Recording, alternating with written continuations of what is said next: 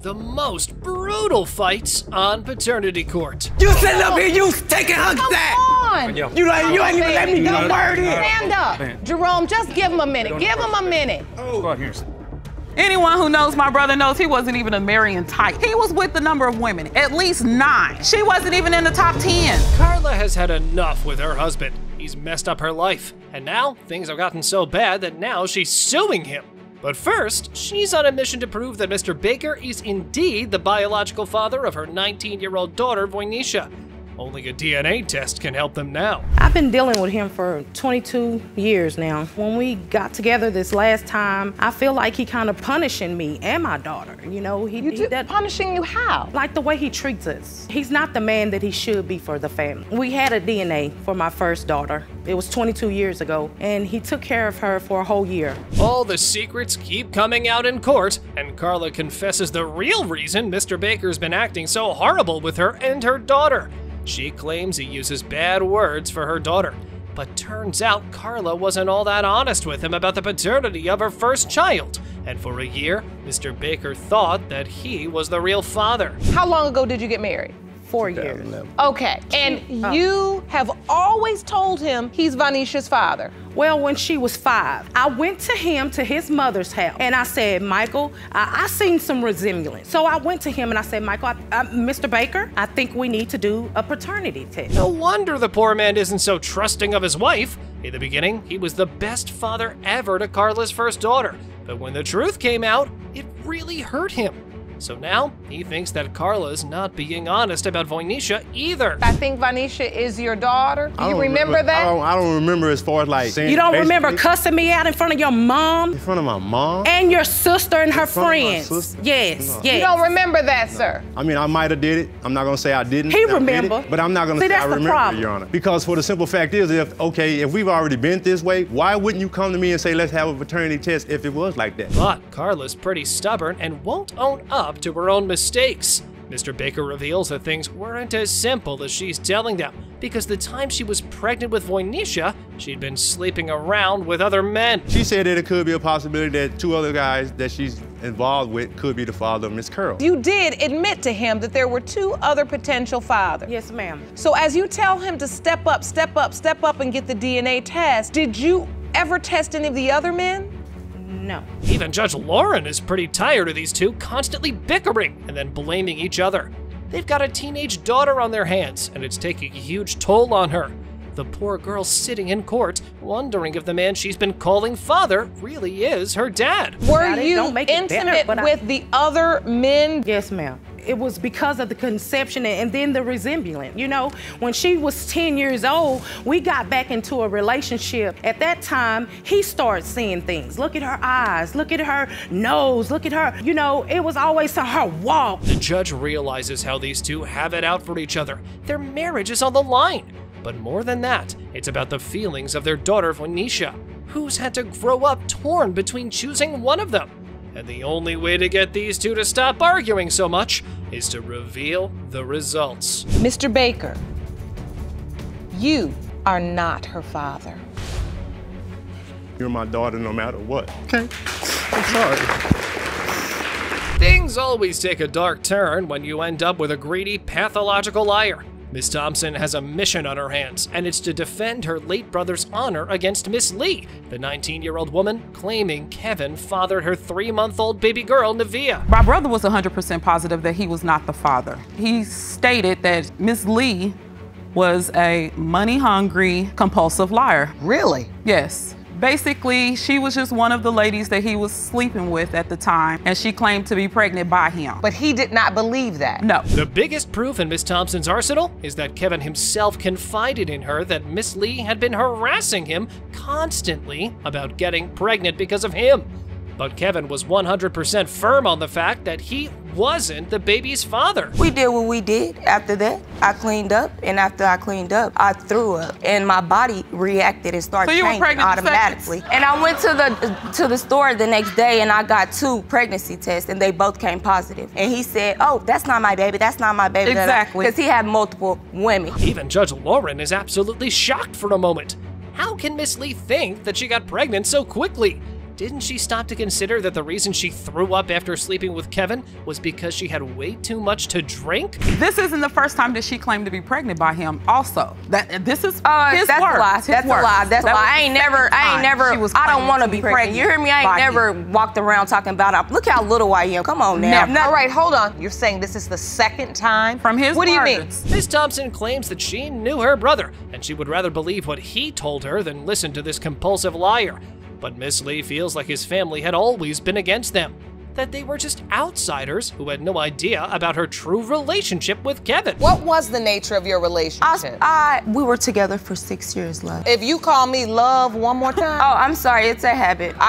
Trust me, I get it, but you got to break it now. Yes, you are. Okay, you were together for 6 years. Yes. You weren't committed because you're saying he had other girls. We were on up and downs, on and off. On and off. Correct. So you also dated other people? No. The most heartbreaking moment for Miss Thompson came right after she buried Kevin. She got a phone call telling her that someone had broken into Kevin's house. When she went there, she was shocked to see Miss Lee and her friend stealing Kevin's stuff. He would have came to us and just said, hey, I want something to remember him by. Because we know he had, multiple women who probably wanted a piece of him. Why would I do that in the way y'all said? Like I said, we didn't know you at that time. You still don't know. Exactly. You think you I know nothing of you. You're exactly right. But the most brutal thing to ever happen to Kevin's family was when Miss Lee has the audacity to call them and demand that some of Kevin's property and money should be given to her baby daughter. It wasn't even confirmed Kevin was the father. Yet here she was, already causing trouble. Okay, the day after the baby was born, she called another family member, not my mom, and asked her for his social security number. So that was the second time that she's asked for the social security number. And you're asking for the social security number for what? I asked one time, and so my baby can have some benefits, so she can have what she needs. It's pretty clear that Kevin's family wants nothing to do with this woman. They're heartbroken over a loss already, and they cannot deal with Miss Lee's conniving ways. Whereas Miss Lee seems to want financial security for her baby. What's the truth? Nevaeh Harris is related to Miss Thompson. That's okay. Well, you still don't need them, baby. You don't need them. They say that third time's the charm, and today, Miss Austin's going to find out if it's going to work out for her. She's made her third appearance in paternity court, and once more, guess who she's dragged along? It's none other than Mr. Wallace and Miss Roberts. So last time you were standing on the defendant's side with Roniel. Yes, Mr. Wallace. Mr. Wallace, you back with Miss Roberts. Yes, ma'am. But you still going back and forth between the two women because she's pregnant now and the baby could potentially be yours? Yes. So, what's the not-so-happy occasion this time? Well, it seems like 9-month-old Roniel doesn't really have a father yet. Mr. Wallace doesn't believe himself to be the father, but the thing that strikes the most is how he starts cursing at Miss Austin. Judge Lauren has to give him a good scolding. Last time we was here, everything started out okay, but we all knew that wasn't gonna last long. Roniel Wallace was still bouncing back from me and Kendrelyn. I had enrolled in school, but I never did go because I had got pregnant once again with Roniel, and she got pregnant with her baby, with her son. And as you can see now, once again, I'm pregnant again. Apparently, it's Mr. Wallace who really cannot keep it in his pants. He wants the best of both worlds. And here, it's going back and forth between Miss Austin and Miss Roberts. Even though the paternity case is about their second child, turns out Mr. Wallace has Miss Austin pregnant now again. Why is there a doubt then, Mr. Wallace, as to whether or not her child is your child if you've been having babies with both of these women back and forth all this time? I had installed, it was like spyware on her phone. They would duplicate her text messages and call log and send a copy to my email. Once an altercation starts brewing, Judge Lauren has to step in and try to proceed things in a courtly way. She asks Miss Austin if she'd been going behind Mr. Wallace's back and sleeping around. Miss Austin, dignified, says that she would never do such a thing. And they can have a lie detector if Mr. Wallace doesn't believe her. You lay down with everybody who you talk to, because that's what you do. You and the Lord know you a slut. No, you're a Hold on. You're a slut. You're a slut. Mr. Wallace, you slut. remember from the last time you were here, we are going to speak to women respectfully in the courtroom. You can, but do it respectfully. So you believe she was sleeping around? For the second time, Judge Lauren has to scold Mr. Wallace about his language. Boy, does this man have a big mouth. Suddenly, things start getting heated between Miss Austin and Miss Roberts when the former accuses her of enabling Mr. Wallace to go cheat on her. They end up taking Miss Roberts out of the court. Are you admitting that you also had a relationship with somebody else during the time? No, I wouldn't even call it a relationship. It was just someone else you were seeing? Yeah, because I was hurt by trying to get back at Rangel, things that he had done to me. At the end of the day, you all can see now that 2 wrongs never make a right. They make more wrong. Judge Lauren tries to knock a little sense into Miss Austin. Turns out even if Miss Austin wasn't in a physical relationship with other men when she got pregnant, she did talk to plenty of them behind Mr. Wallace's back. No wonder Mr. Wallace ended up having so many doubts about their second child's paternity. So you feel like these similarities are not compelling enough? No, you can't just go off looks. I'm going off her actions. You couldn't forgive her. You all couldn't work through this. Instead, you just went to stay with Miss Roberts. That's false. The apartment that I have now is because I moved in because of Rangel. Because of Rangel. Rangel left me to go be with Miss Roberts. Miss Austin reaches a new low in the court. She ends up becoming emotional over how Mr. Wallace keeps walking out of their lives. After all, it's her and her babies in the equation, but Mr. Wallace thinks she's just putting on a show. Only the truth can give these two a good answer. It has been determined by this court. Mr. Wallace, you are Ronell's father. Mr. Patterson isn't just hurt, he's also very angry because Miss Knight duped him into signing the birth certificate of 4-year-old DeMarcus. And suddenly, out of the blue, she's now claiming that this boy's father happens to be another man. Since he came out the womb, since he entered this world, when the doctor first, held him up and finally gave him to him, I witnessed him just completely quit crying and looked me dead in my eyes. And that's when, at that moment, I knew I became someone's father. So at that moment, like all the doubts that we had before, I just knew like they were just out the window and just, it was gonna leave us a happy family, but it didn't happen that way. Not exactly. Looks like both of these have a completely different story to tell.